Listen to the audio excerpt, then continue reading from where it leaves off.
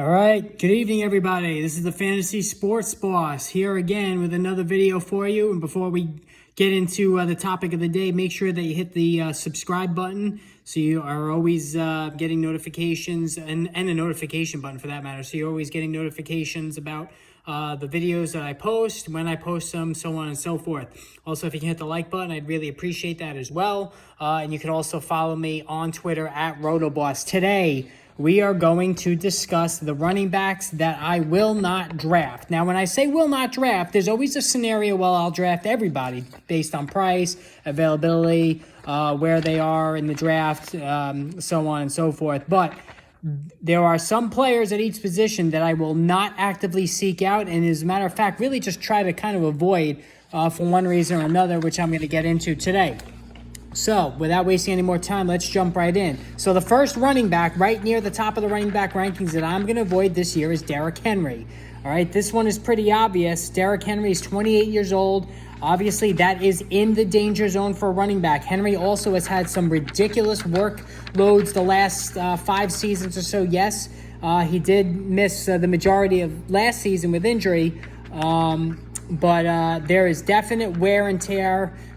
Fear when it comes to Henry at his age, at 28. Remember, I always suggest being leery of running backs who are 27 or older, especially backs that have had the kind of workload that Henry has. Now, if you're a running back that had a very light workload your first few years in the league, then maybe you could stretch it out a little bit to age, 29, maybe even 30, depending on who the player is. But Derrick Henry has taken a lot of hits in his career. His advanced metrics were starting to decline a little bit last year, and again, not a surprise with all the workloads and touches that he's gotten over the years. The injury last year, maybe not indicative of wear and tear, kind of a fluke situation, but Henry is definitely somebody at his age and price point. He still carries a first-round ADP. That makes him a no-go for me, and that doesn't even take into account the fact that Henry doesn't catch passes. He's never been much of a receiver throughout his entire career, and since I and myself and most other people play PPR leagues, that is a significant factor as well in me not drafting Derrick Henry, so I'm out on Henry. The second running back that I'm going to try to avoid is Nick Chubb. Now, this is no knock on the runner. Nick Chubb is one of the most gifted runners in the entire NFL. Averaging over 5 yards per carry every year of his career. That is fantastic rates when it comes to the average carrying the football for Chubb. He is a phenomenal running back just on running the ball. What I don't like about Chubb, though, is that just like Derrick Henry, he doesn't catch passes. And certainly he's a little bit cut below Henry as a rusher, as well, as good as Chubb is. The fact that Kareem Hunt gets as much work as he does, especially on third downs and catching passes out of the backfield, while Chubb is pretty much a zero on that front, makes me avoid Chubb pretty much everywhere, again, unless the price is right and he really starts to fall in drafts. I will not seek out Nick Chubb again this year for that reason. Third running back I'm going to definitely avoid, and this one is very significant, is Antonio Gibson. Antonio Gibson I was excited about last preseason. Converted wide receiver, knows how to catch the ball, obviously. But he was disappointing last year. Now, he did finish strong, there's no doubt about it, when J.D. McKissick went out injured. But, boy, things look very murky for Gibson this season. Not only is McKissick back, he had the flirtation with the Bills before deciding to return. And we all know what a phenomenal pass catcher McKissick is. And that's certainly going to, eat into Gibson's reception total. But now you have Brian Robinson, the rookie that the Redskins drafted out of Alabama, the power back, who Ron Rivera has said already will be the short yardage and possibly the goal line back. So you have J.D. McKissick, who's going to be stealing receptions. You have Brian Robinson, who could be stealing touchdowns. So Gibson, really, a first, second down player, that's it. And, considering also the fact that he gets injured quite a bit, there's almost no reason to draft Antonio Gibson unless he's your running back 3 at best. So Antonio Gibson will not be on my teams this year. All right, moving down the list a little bit more. This one is another fairly easy one. Josh Jacobs. Now, the fact Jacobs even played in that Hall of Fame game was ridiculous. I mean, nobody of significance plays in a Hall of Fame game. The risk of injury is just too great. We already saw that the Raiders, Josh McDaniels coming in as a new coach, declining the fifth-year option on Jacobs is a big deal. And then as McDaniels coming in, brings in Brandon Bolden, brings in Amir Abdullah, drafts Zamir White, who looked very good in the Hall of Fame game, albeit against lesser competition.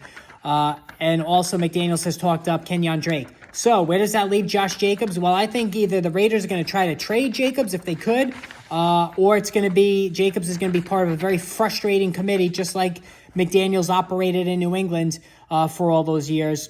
So, I do like Jacobs, the player. He had a very good year last year. When Drake went down injured, Jacobs did it all. He caught the ball. He ran well. He scored touchdowns. So you would think that would springboard him to this season. McDaniels is not having it. And the fact that he was exposed to potential injury in a utterly meaningless game, the most meaningless preseason game there is, that is a big problem for Josh Jacobs. I'm not going to draft Jacobs anywhere. Damian Harris, another one I'm not going to draft.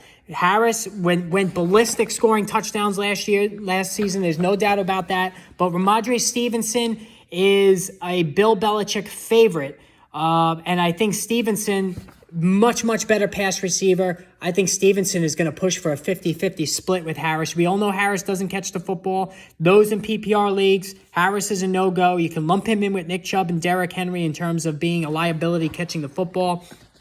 Ramondre Stevenson really looks like the real deal. He's a big tackle breaker, has a very impressive speed, and can catch the ball out of the backfield. So what's not to like with Stevenson? So, Damian Harris, he's not going to repeat the touchdown haul of last season, and now he's got a guy nipping at his heels, a very intriguing player, Ramondre Stevenson. So I am out on Damian Harris. Cam Akers, oh my goodness, the hype, I don't understand the hype with Cam Akers. I mean, he showed flashes of ability prior to tearing the Achilles tendon.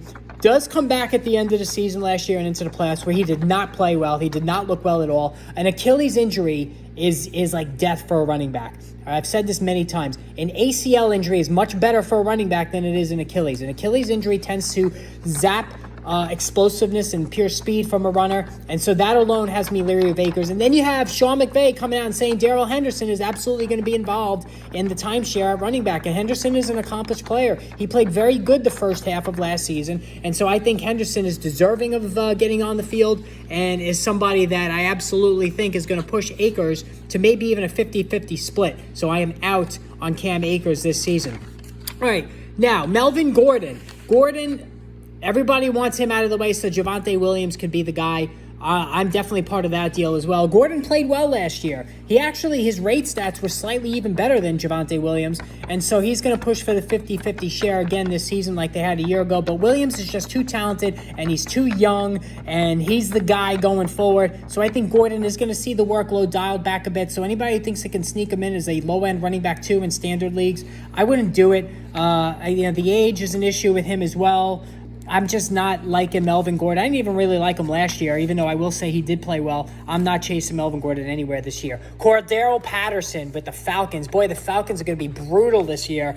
Marcus Mariota on their center. There's, defense is not going to respect the pass. They're going to gang up on Patterson. Listen, he was a real find the first half of the year. I myself picked him up, and I was loving life the first half of the season. Patterson was explosive, catching the ball, running it well, scoring touchdowns, doing it all. And then, boy, the wheels came off the second half of the year. Fatigue set in. Patterson was a major liability towards the end of the season. His touches were dialed back. And, I think that, at the age of 31, wear and tear is going to be an issue again as we go through the season. You want your players peaking when the playoffs come around. Patterson will not be doing that. And again, on a miserable team who've, got an intriguing young rookie back out of BYU and Algieri, I think Patterson is, you're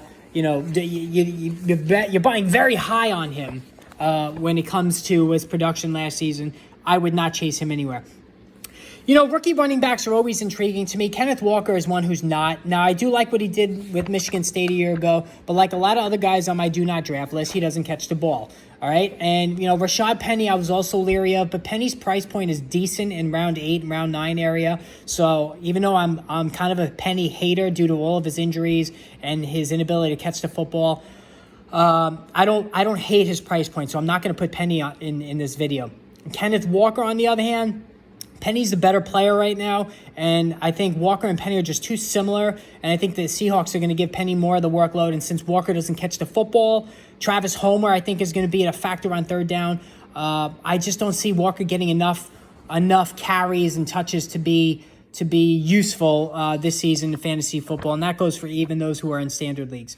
All right, Ronald Jones. It seemed like early on that he was going to be somebody to monitor and be cognizant of, with Clyde Edwards-Helaire really not cutting it his first 2 years with Kansas City. But Isaiah Pacheco is getting a lot of work in preseason. You have Jerick McKinnon coming back. Edwards-Helaire is still there.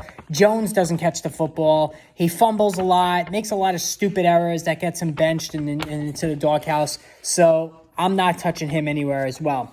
All right, moving down the list here. I'm just looking at my notes. All right, Raheem Mostert. I don't even need to tell you about Raheem Mostert. Sony Michel, I'm not touching them in the Miami backfield. Chase Edmonds is the one I want, so I'm not really worried about anybody else there. So those are the big ones, all right?